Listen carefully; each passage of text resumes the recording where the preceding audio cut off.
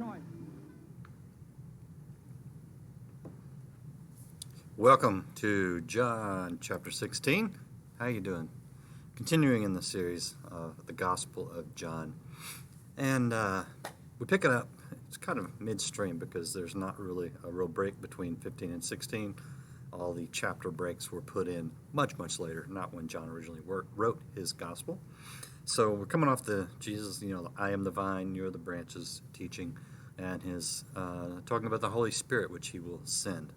So we pick it up, top of 16, and Jesus continues, "These things I have spoken to you so that you may be kept from stumbling." Now, stumbling in that context doesn't mean like going out and,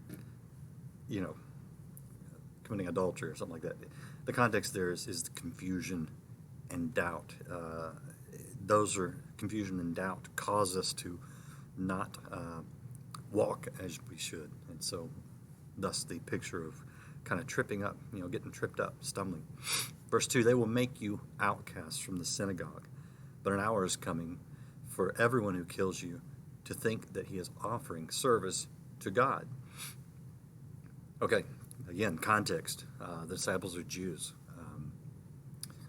and they live in the Jewish culture, and one of the worst things that can happen to you is to be an outcast, be put out of the synagogue. The only thing worse is the next line, people who would kill you thinking that they are offering a service to God. I mean, we still see this today in the name of God, in the name of Allah, Not a good thing, and that's what's about to happen to the disciples. Verse 3, "These things they will do to you because they have not known the Father or me." And I would say that that's still true today. People that do that don't know God. "But these things I have spoken to you, so that when their hour comes, you may remember that I told you of them. These things I did not say to you at the beginning, because I was with you. But now I am going to him who sent me, and none of you asks, 'Where are you going?'" Reflecting back on earlier passages where Jesus would say that he'd be leaving, and the disciples would say, "Where are you going?" Or he'd say, "Where I'm going, you cannot go." And they'd be like, "Well, where are you going, and why can't we go?" This time when he said it, they didn't ask. I think they were starting to get it a little bit, at least the gravity of the situation. So this time Jesus notices that he says this, and they're like, they're not asking. So he continues, "But because I have said these things to you, sorrow has filled your heart." See, they were getting it. "But I tell you the truth, it is to your advantage that I go away. For if I do not go away, the Helper will not come to you. But if I go, I will send him to you. And he, when he comes, will convict the world concerning sin and righteousness and judgment. Concerning sin, because they do not believe in me. Concerning righteousness, because I go to the Father and you no longer see me. And concerning judgment, because the ruler of this world has been judged." Okay, so a couple of notes here. The tribulation was coming. As we just discussed, being killed in the name of God when actually you're following God was something that they were about to see. We see that in the book of Acts, the stoning of Stephen, the slaying of James, the brother of John. In a couple chapters back, chapter 14, verse 28, Jesus said, "If you loved me, you would have rejoiced because I go to the Father." Okay, so now, though, it's causing them sorrow. His departure really spelled disaster for the disciples. And that's why Jesus was trying to comfort them and to kind of try to impart some hope into them, into a situation that he knew they would feel very hopeless in. It's real easy looking back to go, okay, well, he's crucified, sure, but he was resurrected, right? We kind of know the end of the story. The disciples didn't know the end of this story. This would very much seem like and sound like the end of the story, because resurrection's just not natural. People aren't just dying and then coming back to life on a regular basis. Of course, they'd seen it with Lazarus, so they knew it was possible in their heads, but I think in their hearts they were really facing a lot of grief at the thought of persecution, a lot of fear of what the future would bring, and just they'd grown to love Jesus, and now he's telling them that he's leaving. So it's natural to mourn the loss of someone when they leave this world, very natural.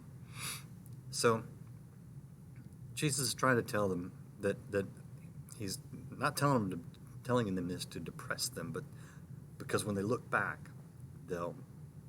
you believe even more. If I told you what happened to me yesterday, you'd be like, yeah, great. But if I tell you what's going to happen to me tomorrow, and then tomorrow comes, and you're like, wow, how did he know that? Right? It's just a whole other different level. I don't recommend that for normal people. Mere mortals, it's a little weird. Anyway, so he's talking about what the Holy Spirit will do, why it's better to have the Holy Spirit, better even than having Christ. And I would say that's because instead of having Christ with you, when we have the Holy Spirit, we have Christ in us, whole different level. So let's see, let's pick it up in verse 12. I have many more things to say to you, but you cannot bear them now. They had a lot. It was a load. But when he, the Spirit of truth, comes, he will guide you into all truth. For he will not speak on his own initiative, but whatever he hears, he will speak. But whatever he hears, he will speak. And he will disclose to you what is to come. Meaning the Holy Spirit imparts from the Father. I know, the whole Trinity thing, a little difficult sometimes. He will glorify me, for he will take of mine and will disclose it to you. Let me finish this one. All things that the Father has are mine. Therefore I said that he takes of mine and will disclose it to you. So we get this back and forth. I think the whole point of this, on a practical level for us today, is that God the Father, Jesus the Son, the Holy Spirit, they're all one. They are all unified. They are, I'm not going to sit here and try to explain the Trinity in detail to you because it is a little hard, but the three in one. Suffice to say, if you got one, you got the other. If you hear from one, they're all in unity. So he's trying to explain that to his disciples, which would be the part I get hung up on, but it's not the part that they get hung up on. Verse 16, Jesus says, "A little while and you will no longer see me, and again a little while and you will see me." Some of his disciples then said to one another, "What is this thing he's telling us, a little while and you will not see me, and again a little while and you will see me, and because I go to the Father?" So they're saying, what does he mean, a little while? We don't know what he's talking about. Well, Jesus knew that they wished to question him, and so he said to them, "Are you deliberating together about this, that I said a little while and you will not see me, and again a little while and you will see me? Truly, truly, I say to you that you will weep and lament, but the world will rejoice. You will grieve, but your grief will be turned to joy. Whenever a woman is in labor, she has pain, because her hour has come. But when she gives birth to the child, she no longer remembers the anguish because of the joy that a child has been born into the world. Therefore, you too will have grief now. But I will see you again, and your heart will rejoice, and no one will take your joy away from you." Now, by the way, greetings, guys, on chat. I will address you guys in the chat when I finish this chapter, and we can talk about it. So we can talk about whatever you want. I want to point out a couple things. The whole imagery of the woman in labor, that is an allusion to Isaiah chapter 66, which is a whole prophecy concerning Jesus. They talk about the travail and the pain. As a man, this is something I can only marginally refer to, but suffice to say that if I had gone through the pain my wife went through, we would have one child instead of four.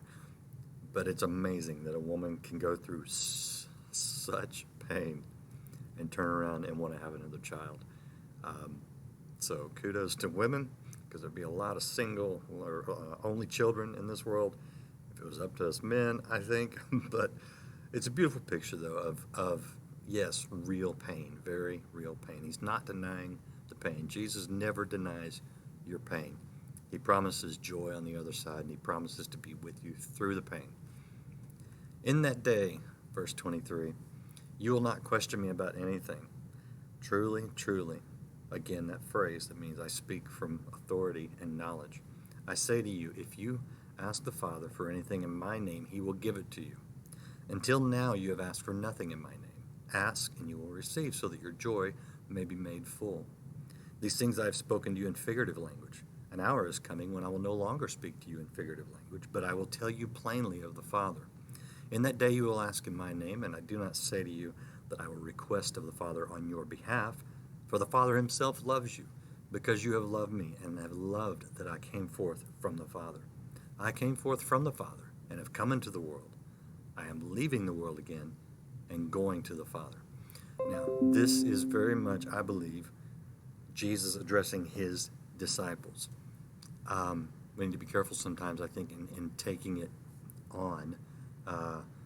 We could quote this and say, hey, Jesus said, I'll be with you a little while, and then a little while I'm leaving. And he said that to his disciples at the time for a reason. And so, what do we take away from this? What's the application?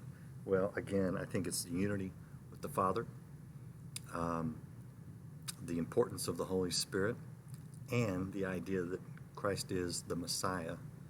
He is God. He is who he says he is. Because you don't make these predictions beforehand and then they happen unless you know what you're talking about. Truly, truly, verily, verily, right? Let's see. His disciples said, lo, now you're speaking plainly. You are speaking plainly, rather, and are not using a figure of speech. Now we know that you know all things and have no need for anyone to question you. By this we believe you came from By this we believe you came from God. Okay, so they're starting to get it, is what they're saying. They hadn't gotten a lot of things that we understand now, in hindsight's 2020. But at this point in the narrative, they're starting to get it. Jesus answered them and said, each to his own home, and to leave me alone. Yet I'm not alone, because the Father is with me. These things I have spoken to you, so that in me you may have peace. In the world you have tribulation, but take courage. I have overcome the world. A couple of quick notes. We talked about Isaiah 66. There's this phrase, let's see, he says, it's verse 22. Oh yeah, early.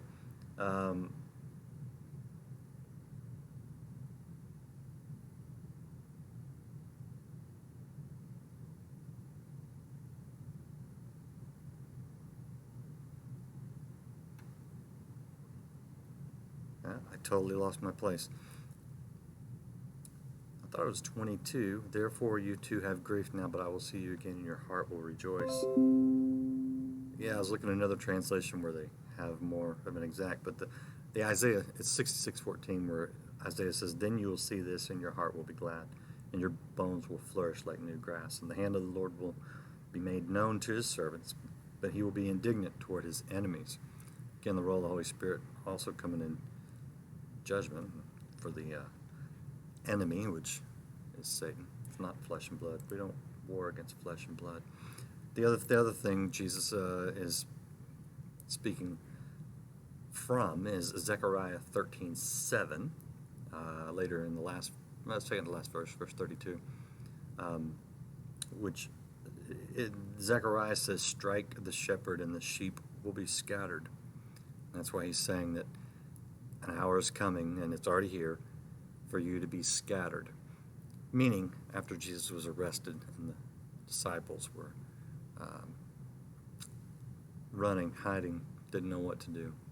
So we're right in the thick of it. We're about to see it. And this is just part of the narrative setting up where we live today. A very interesting, very intimate view of what Jesus told his disciples. So we'll pick that back up in John 17 next. And thanks for listening to this one. And if you are on chat right now, talk about the Trinity. Some people, why the word Trinity? Because it's not in the Bible, right? Because it's not. Father, Son, Holy Spirit. Yeah. hang on. I'm going to break this stream so that it makes its own piece in the archive, and then we'll come back and we'll do what I call random chat, and we can talk about this chapter and anything else you want to talk about. So a little music and a graphic, and I will be back in about 30 seconds. Ah, yes, we have American gods, the gods of lust, the gods of secularism, the gods of indifference, the gods of amusement, the gods of all kinds of materialism that are rampant throughout America tonight. And God says you'll have...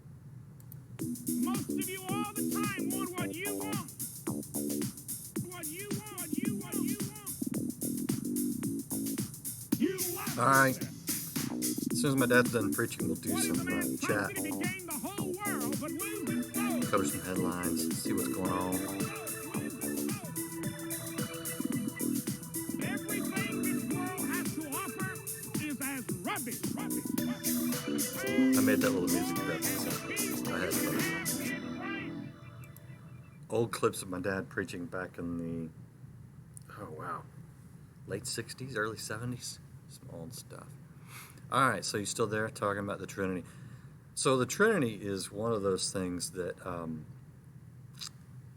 we got some Twitchers. Yeah, I know. Oh. Somebody trying to sell me something on Twitch. Twitch is my mission field, and that's okay because I haven't been consistent enough to really build an audience. It'll come. But I will soon have the entire Gospel of John on Twitch, which was my original goal. So it'll be there. Although I realized, learning curve here, that they do start to roll things out. So, what can you do? But we'll do Twitch. I got a lot of people on YouTube.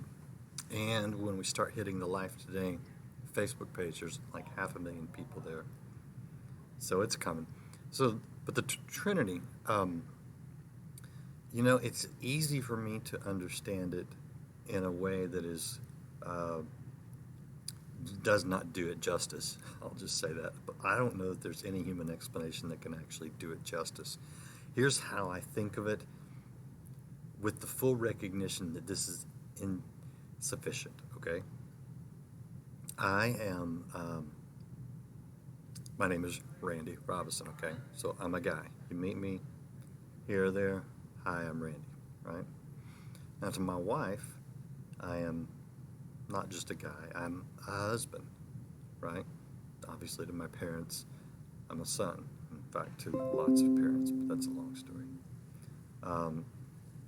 To my children, I am father.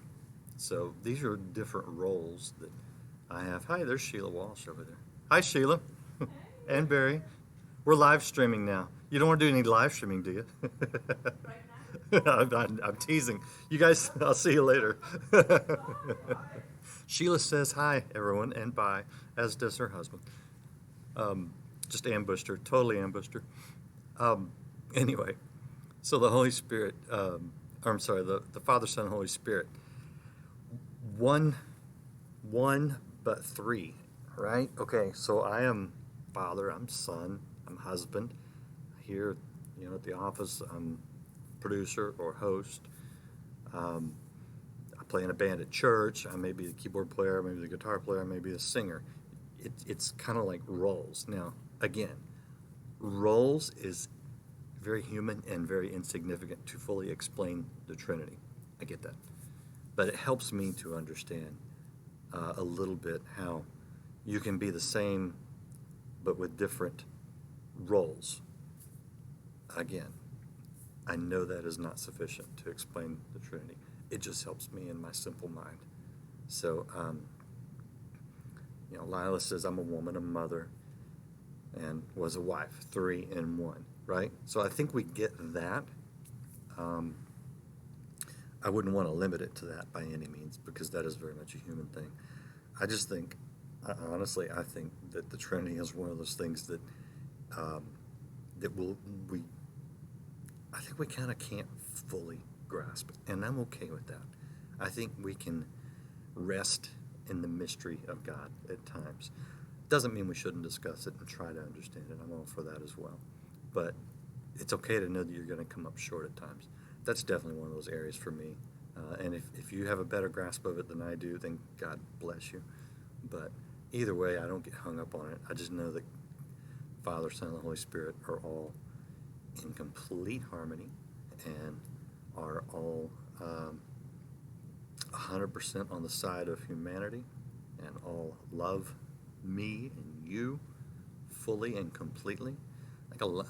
One thing that's, I will say, okay, I was thinking about this because I'm writing in a book right now about honor your parents. And I was a pretty, all my kids are in their 20s now, so they're adults. I was a pretty easygoing dad. Didn't raise my voice much. Tried not to ever act in anger, even when discipline was necessary. I would discipline, but I don't think I ever, maybe, but I tried not to ever discipline or spank, because I did spank, in anger. On the spanking bit, before some of you guys freak out. I always used a spoon. Someone told, I think it was Dr. Dobson, said, don't ever use your own hand. You don't want everyone to see your children to see your hand as an instrument of pain. So I'd use a wooden spoon in our case. And I tell you what, you do that a few times, and all you have to do is get the spoon out, and they get right back. So you actually have to discipline less when you discipline firmly and love. Anyway, I'm getting off on a tangent. I raised my voice strongly and showed more anger than I actually felt, although I wasn't happy with the situation, but I wasn't like enraged. It was like I just knew I needed to get a handle on it, okay? And that was when my son totally, as a young teenager, totally popped off and disrespected my wife. And I raised my voice and I got very close to him. And I got in his face and I said, son, you don't ever disrespect your mother. Do you understand me? Right? For me, kind of had to not laugh. I was trying to communicate, and his eyes got big. And you know what? It put a cap on it right there. I had to demonstrate that we're one. We're two people. You got a mother and a father, but when we come to you as parents, we are one. So you get to the Trinity. I mean, you don't have to understand it completely. God's cool with that. But I just think you have to know they're one, and that they're all working in the same direction. So, that's my take on that. Hey, let's look at some news. Sad news. I didn't know Jared Wilson. I do know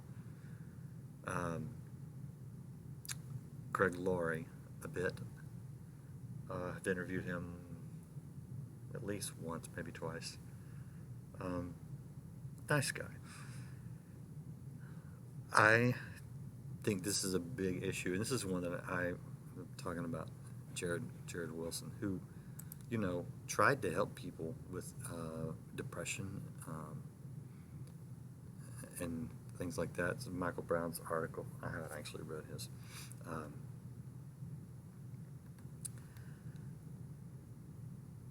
This is a very tough one, and I think that's why we need to talk about it in the church, and that's depression, suicide. This has taken me forever to get to because I don't relate to depression. I've never suffered from depression, but I know it's real. And I've spoken with some people who have suffered tremendously, some people who have tried unsuccessfully, thank God, to take their own lives.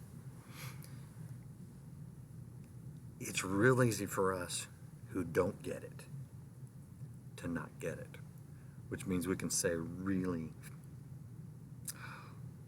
embarrassing and damaging things like I wouldn't say this, but I've heard, you just need more faith, you need to pray more, you need to read your word.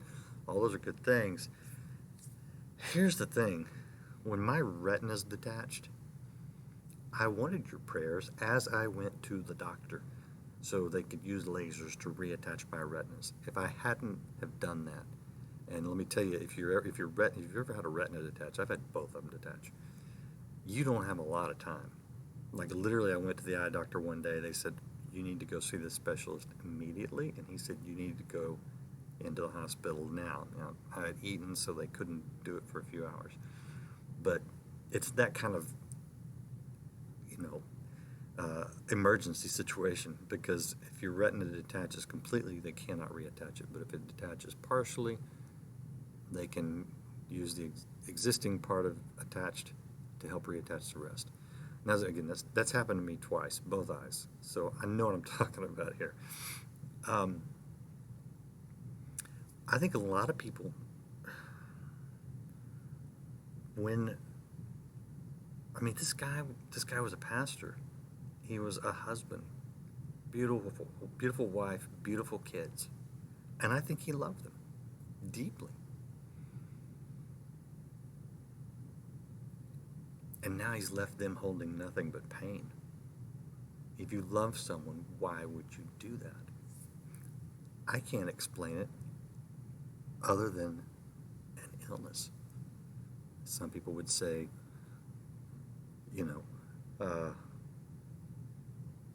demons would be the phrase used in some of my Pentecostal friends' churches. In my Baptist church, we didn't say demon, we said attitude. Pretty much amounts to the same thing if you ask me. But I can only explain it as an illness, as a mental illness. And I can say that because I've had the conversation with people that have suffered through it and continue to fight it, even now. And they say, yes, it is an illness. My response, just like when my retina is detached, I want your prayers as I go see a doctor. I think it's the grace of God that we understand these things to the point where doctors can help. I'm not against science. Science is just understanding more and more about what God created. Science is often wrong, but when it's right, we should let it help us. And so, if this is something that you're dealing with, I would urge you, get in and see someone. Because, especially a woman after having children, your hormones can be all sort of whacked out. And that's a physical thing, right? So you can go get help for that. But either way, don't, it breaks my heart, Jared Wilson. And again, I didn't know him. I know his pastor. But I do know that there's a lot of pain left behind. And it's just not necessary, people. Don't shame each other. If you see someone that's struggling with it, talk to them about it and don't shame them. Love them through it, walk them through it, and get them some help. Oh, good. There's an article. This is, by the way, I'm looking at the stream.org right there. And there's an article there on depression and mental illness, 5 things you need to know. And if you suffer from it, you know already, so you don't need someone to tell you the signs. You need to go get help. If you don't suffer from it, then start to learn the signs so that you can help those who are. All right, so we got anything in the news that you guys want to talk about, just pipe up, whether you're out there on YouTube or Twitch or Periscope. Greetings, Periscope world. I don't know how this time slot is. I've been doing late night stuff.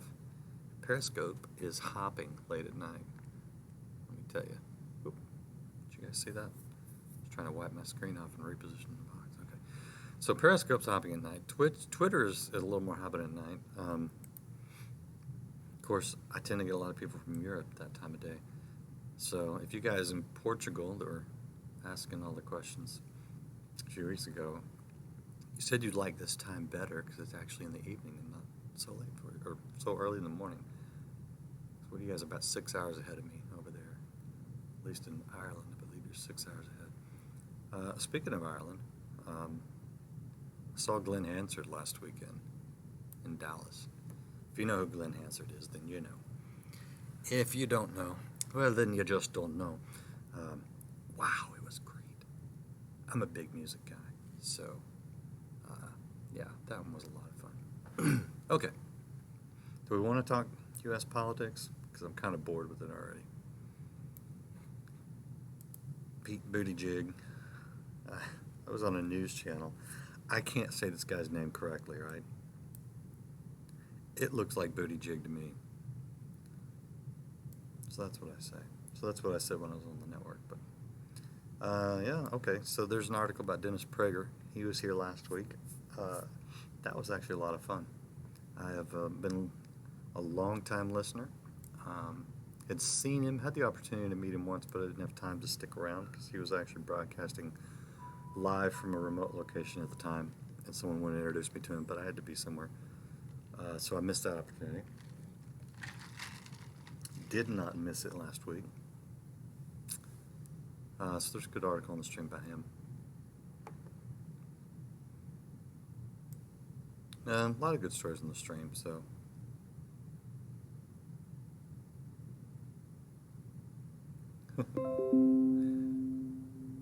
Those are the headlines, and appreciate the conversation about the Holy Spirit, John 16. We'll be back with John 17 real soon, and it is unfortunately time for me to bail. We're going to try to do this more often and have some interviews, have some other people on besides me. So if you don't subscribe to this YouTube channel and you're watching on YouTube, please do subscribe. You'll get the little pop-up when it goes live. If you are a Twitcher, then follow me on Twitch. That'd be great.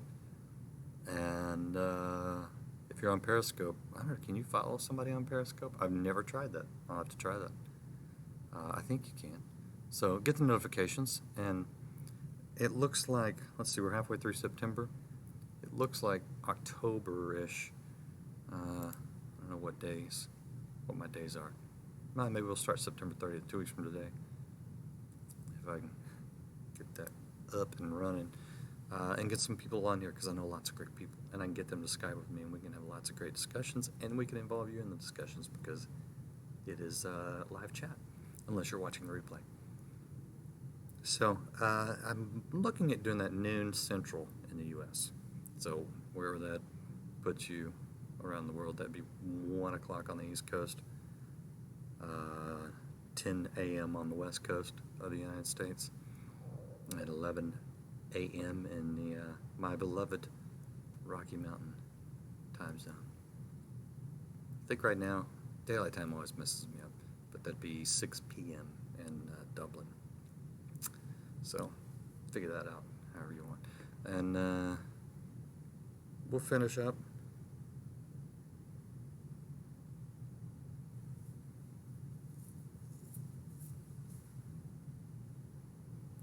Thank you, Robert, for your input. We'll finish up with the Book of John here very soon. John 17 is next. And there's not much more to go in John.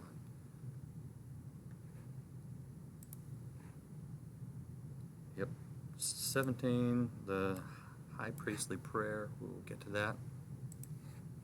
So I'll probably do that on Wednesday. And more good things. I just love the Gospel of John. So I appreciate you taking a little bit of time to hang out and let me read it to you and to chat about some things, and I will see you next time.